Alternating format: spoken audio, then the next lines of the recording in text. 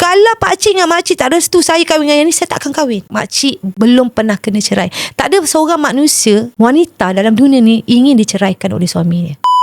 So pergilah Umar menghadap, have to kena face juga benda ni, nak tak nak, antara hidup dan mati, kan. So pergilah jumpa mak dia, menangis melalak. Okay, bagi mak dia cakap, bagi bapak dia cakap, bagi makcik dah habis cakap, makcik dah habis cakap, dah nangis dah. Mak bapak dia nangis dah, tak boleh terima. Tak boleh terima anak dia. Anak dia baru balik dah 3 tahun tak balik beraya. Ni baru balik ni, first dia menangis lah. Anak dia dapat balik ni, balik pula bawa balik aku, bawa balik anak aku baby. Saya balik baby tu comel, ngamuk kenteng-kenteng ni. Dia pun tak ada atuk. Bapak I tak ada kan, dia ada nenek atuk. Orang tua ni nak marah aku pun tak jadi marah. Sebab tengok budak kecil ni asyik pegang-pegang dia. Jadikan ya Allah Tuhanku, anak Kak Effa ni yang menyatukan kami semua, tahu. Asbab dia si Koko ni.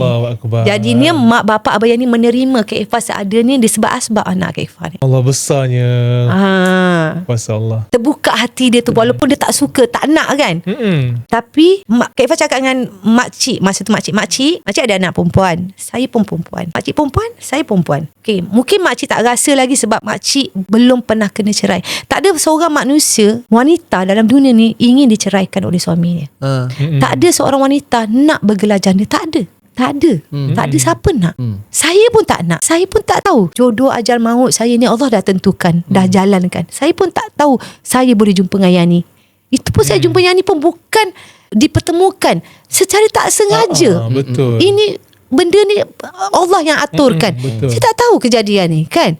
Allah yang atur. Saya ceritalah saya jumpa Yani macam mana. Saya cerita semua. Lepas tu mak dia terdiam. Saya pun, ini pun bukan anak saya, tapi disebabkan Allah tu nak bagi saya satu amanah, saya jaga ni. Walaupun bukan darah daging saya, kenapa saya boleh ambil? Saya boleh sejaga, saya pelihara anak ni supaya anak ni mungkin boleh jaga saya kena besok bila saya tua. Kan? Betul. Hasil didikan kita kan. Tak ada siapa nak bergelar janda.